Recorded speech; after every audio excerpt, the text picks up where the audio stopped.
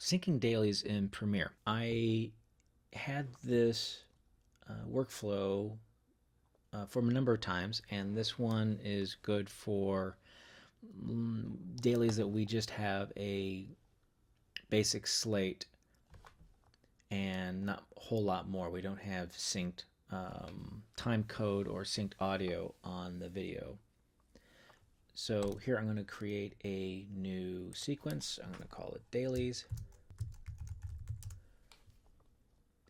And the first trick is to make sure that we have all of our video in the same time chronological order.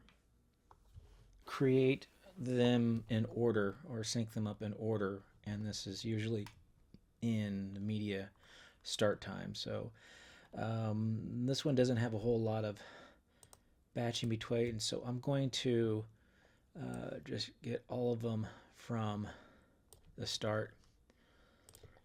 And here we can see that we have camera roll A1, and then 2, 3, 4, so they're all in order. This looks like a false take in here. I'm just going to go ahead and delete that.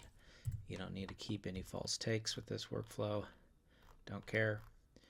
And so then we grab the sound that kind of matches these. Here I have day 1 and 2 that's in the folder, and usually they should have day 1 audio, day 2 audio. Instead, they're trying to be cute and give me the individual scenes. So here we have scene number 22, which we can go ahead and do everything in 22. And it's important then to keep these in chronological order. So some of these are kind of named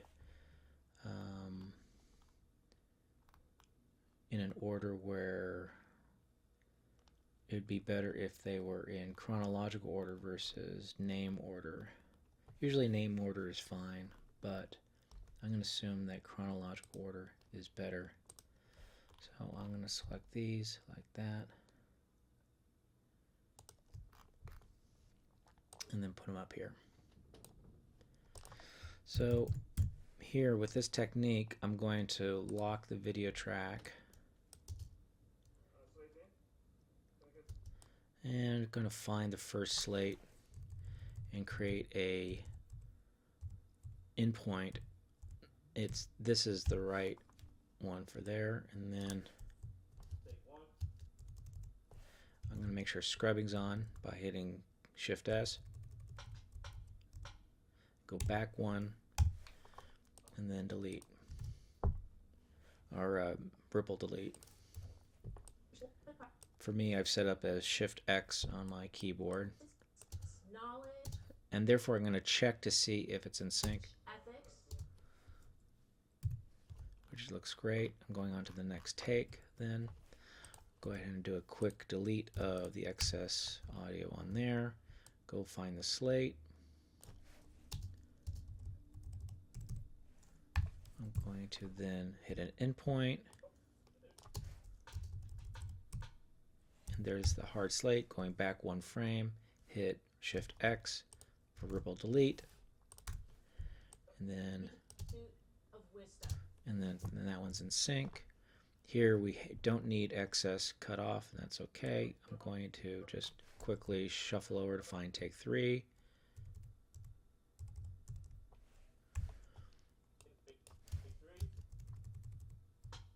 Back one, delete this excess, check sync. That's in sync. Going to the next one.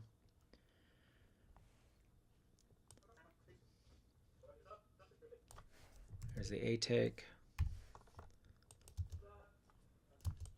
Going to the slate. Back one. Delete the excess over here. That's fine there. Check sync. Great. I'm going to go ahead and delete the excess. That's a lot of excess right there. Here's the next one. Here's B2.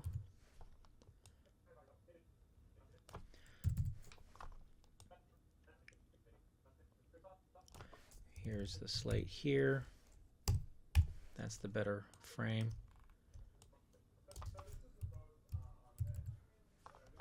This one doesn't seem to have the correct audio on it. I'm going to grab this one over to see. This is the correct one here.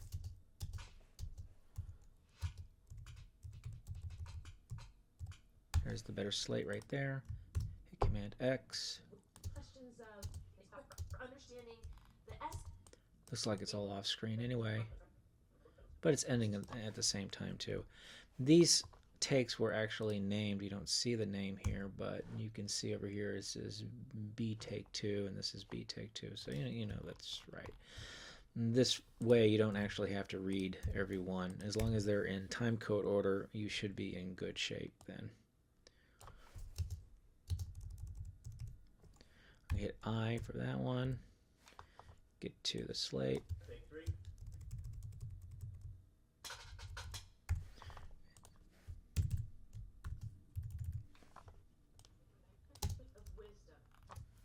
And there you go. We're going to start syncing up the dailies now. We have video that has nothing connected, linked, and then audio that's kind of loose right here. I'm going to make sure this link selection is connected here, and this one is not highlighted. It appears to help. So I'm going to lasso each take, hit Command L, gets me this little video sign underneath here. If I make these bigger, these also are bracketed as well. And then I just drag them over here.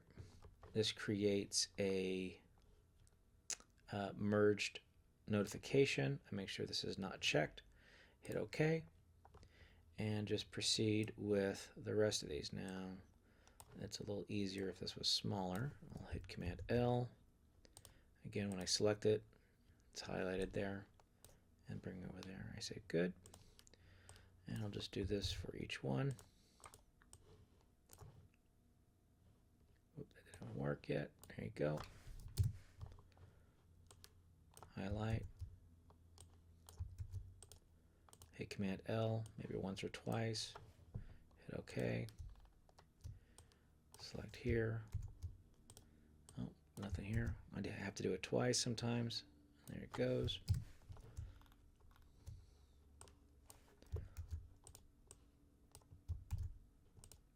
So when I select it, it highlights the whole video and audio together. And I think that's where I left off. All right, so that's where I left off. Now it just takes us to label it. So this is a low angle of the teacher, and this is 22 take 1. This is 22 take 1. Low angle teacher. Take 2.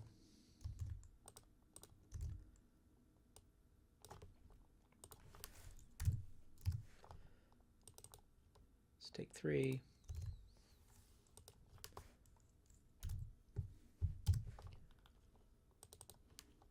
It was medium. This is a take. Low angle, medium shot. And then here is over the shoulder on students. I think they call it a B take 2. 22B take 2. Over the shoulder on students.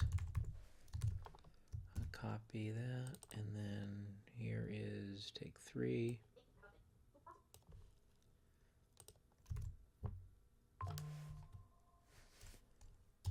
Focus on teacher.